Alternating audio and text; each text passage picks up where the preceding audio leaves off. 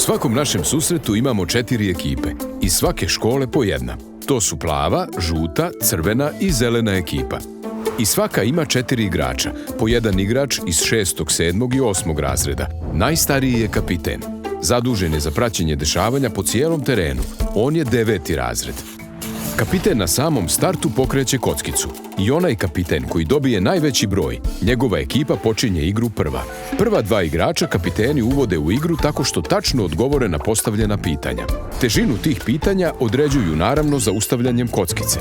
1 i 2 laka, 3 i 4 srednji nivo, 5 i 6 najteža grupa pitanja. Ali trećeg igrača uvodi tako što kapiten te ekipe mora da odgovori tačno na muzičko pitanje. Ako se kapiten odluči da nastavi igru sa igračem koji je u igri, on se pomjera za dobijeni broj, a njegovi dalji koraci zavise od polja na koje stane. Imamo polje -2. Ako igrač stane tu, ide 2 polja unazad. Ako stane na +2, ide naravno 2 polja bliže cilju. Ako stane na prazno polje, predaje potez narednoj ekipi. Kada igrač stane na polje znak pitanja, tada kapiten ponovo pokreće kockicu, da bi utvrdio težinu pitanja za svog igrača.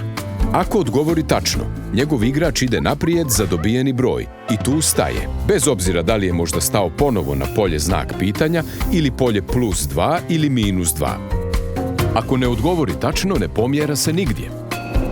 Svaki igrač na tabli može biti, da tako kažem, po jedan. I ako se to desi, taj igrač se vraća do najbližeg polja start. A polje start je bezbjedno polje. Tu vam niko ništa ne može. I tako po tim pravilima igramo sve dok igrač ne dođe do polja stop svoje boje. Tu se zaustavlja, bez obzira da li je dobio veći broj ili je veći broj osvojen odgovorom na pitanje. Mora da se zaustavi. Sad pravila za osvajanje centralnog polja. Da bi osvojili prvo centralno polje, kapiteni moraju pokrenuti kockice da dobiju 1 ili 2, za drugo 3 ili 4, a za glavno centralno polje, to jest za pobjedu, treba da dobiju 5 ili 6. I naravno, kad dobiju te brojeve, moraju tačno da odgovore na postavljena pitanja za svako polje ponaosob. Prve 2 ekipe, koje osvoje sva 3 centralna polja, prolaze u dalje takmičenje. I tako sve do velikog finala, gde ćemo dobiti prvog pobjednika kviza Nauči se čovječe!